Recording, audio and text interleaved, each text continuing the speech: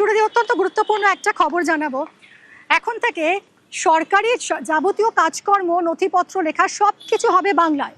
আজ বিধানসভায় এরকমই ঘোষণা করেছেন মুখ্যমন্ত্রী শুভেন্দু অধিকারী।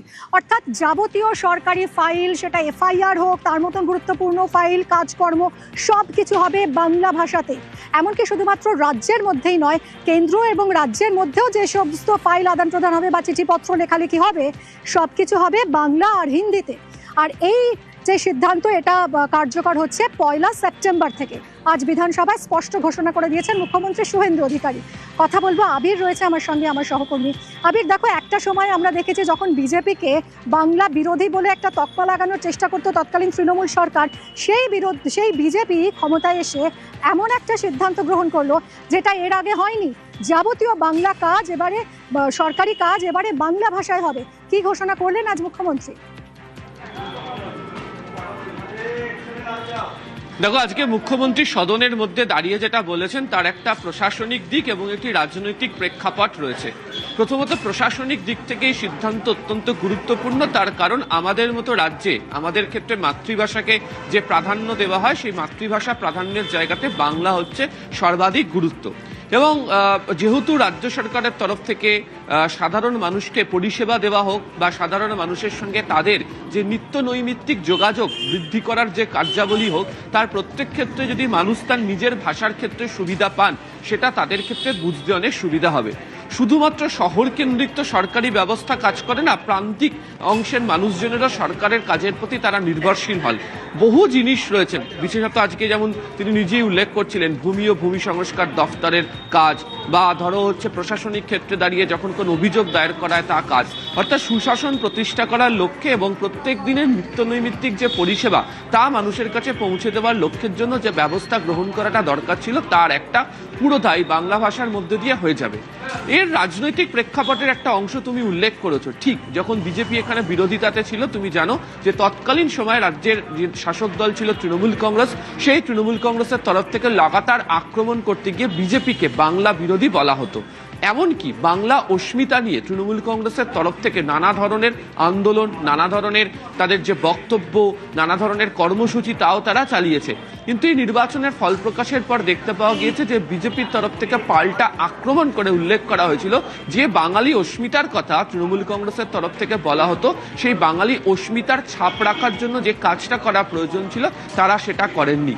আজকে যখন বিধানসভার অভ্যন্তরে দাঁড়িয়ে, অধিবেশন কক্ষের মধ্যে দাঁড়িয়ে কেন্দ্রীয় স্বরাষ্ট্র সমবায় মন্ত্রী অমিত শাহের তরফ থেকে রাজ্যের মুখ্যমন্ত্রী শুভেন্দু অধিকারীকে যে চিঠি পাঠানো হয়েছিল, সেই চিঠির যখন তিনি পড়ছিলেন এবং তারপর যখন রাজ্য সরকারের তরফ থেকে সর্বত্র ক্ষেত্রে বাংলা ভাষাকেই ব্যবহার করা হবে তার সিদ্ধান্তের কথা যখন মুখ্যমন্ত্রী শুভেন্দু অধিকারী ঘোষণা করেন, তখনও সেই প্রসঙ্গের অবতারণা তিনি করেছেন।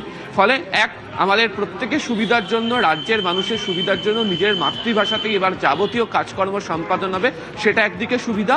আর দ্বিতীয়ত, রাজনৈতিকভাবেও তৃণমূল কংগ্রেস বা বিরোধী তৃণমূল কংগ্রেসকে কোণঠাসা করার জন্য এটাও মস্ত বড় একটি চাল হচ্ছে বিজেপির সরকারের তরফ থেকে। সঙ্গে থাকো আবির, আমরা একবার শুনবো মুখ্যমন্ত্রী আজ কি ঘোষণা করলেন বিধানসভায়।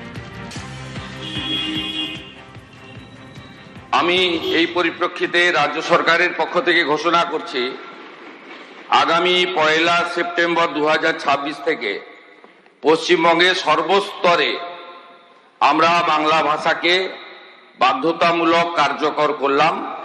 আমাদের সরকারের পক্ষ থেকে এই সময়কালে অনুবাদক বা অন্যান্য যে বিষয় থাকবে সেগুলো করা। ভারত সরকার বা অন্যান্য রাজ্যের ক্ষেত্রে আমরা বাংলা ভাষাতে চিঠিপত্র করব, উত্তর দেব। তার সাথে সাথে ভারত সরকারের সঙ্গে যোগাযোগ সংক্রান্ত বিষয়ে আমরা বাংলা ভাষার সাথে হিন্দি ভাষাতেও উত্তর বা প্রশ্ন, চিঠিপত্র আদান প্রদান করব। কিন্তু এই রাজ্যে সামগ্রিকভাবে সমস্ত সরকারি ক্ষেত্রে 1/9/2026 থেকে বাংলা ভাষাকে, আমাদের মাতৃভাষাকে আমরা এখানে কার্যকর করার সিদ্ধান্ত গ্রহণ করে মাননীয় কেন্দ্রীয় স্বরাষ্ট্র সমবায় মন্ত্রীর যে উপদেশ, তাকে আমরা গ্রহণ করার সিদ্ধান্ত পশ্চিমবঙ্গ সরকারের পক্ষ থেকে ঘোষণা করলাম। আমরা এই মুহূর্তে যোগাযোগ করেছি শিক্ষাবিদ পবিত্র সরকারের সঙ্গে। পবিত্রবাবু, এই যে সিদ্ধান্ত নেওয়া হলো, যেটা 1 সেপ্টেম্বর থেকে কার্যকর হবে, যে সরকারি সমস্ত কাজকর্ম এখন থেকে বাংলা ভাষায় হবে, কিভাবে দেখছেন এই সিদ্ধান্ত? না, এটা তো ভালো সিদ্ধান্ত, কিন্তু আমি সর্বত্রই যে কথা বলছি, এই সিদ্ধান্ত নেওয়ার আগে সরকারকে অনেকগুলো কাজ করতে হবে। ভাবতে হবে যে কোন বাংলা, সাধু বাংলা না চলিত বাংলা। বেশ, আমি ধরে নিচ্ছি চলিত বাংলা হবে, কিন্তু সব সরকারি কর্মচারী চলিত বাংলা স্বচ্ছন্দ কিনা, যারা বাংলা লিখতে পারেন কিনা, বাংলা ভাষা পরিভাষাগুলো জানেন কিনা, বানান জানেন কিনা, এ সম্বন্ধে আমার মনে হয় একটু প্রশিক্ষণের ব্যবস্থা করলে ভালো হয়। সবাইকে ঠিকঠাক প্রশিক্ষণ দিয়ে ভালো স্বচ্ছন্দ সহজ বাংলা লেখানোটা কিরকম, লেখাটা কিরকম, সেটার একটা ধারণা তৈরি করে দিয়ে, জানি না এর মধ্যে সম্ভব হবে কিনা, এগুলো ভালো হয়। আর একটা কথা আমি এখানে জুড়ছি, যে বাংলা স্কুলগুলোতে এবং এখানে বাংলা সরকারি স্কুলগুলোতে বা বেসরকারি স্কুলগুলোতে বাংলা পড়ানোর একটা ব্যবস্থা, ইংরেজি মাধ্যম স্কুলগুলোতেও বাংলা পড়ানোর একটা ব্যবস্থা যদি সরকার সিদ্ধান্ত নেন, আমার মনে হয় সেটা ভালো হবে। তাহলে বাংলা ভাষার প্রতি একটু ভালোবাসা জন্মাবে। বাঙালি অভিভাবকেরা খুব একটা বাংলা শেখাতে চাইছেন না নিজেদের সন্তানদের, সেটাও একটা ব্যাপার। ফলে সরকারি কাজকর্ম করার লোক পাওয়া যাবে কিনা সন্দেহ করে।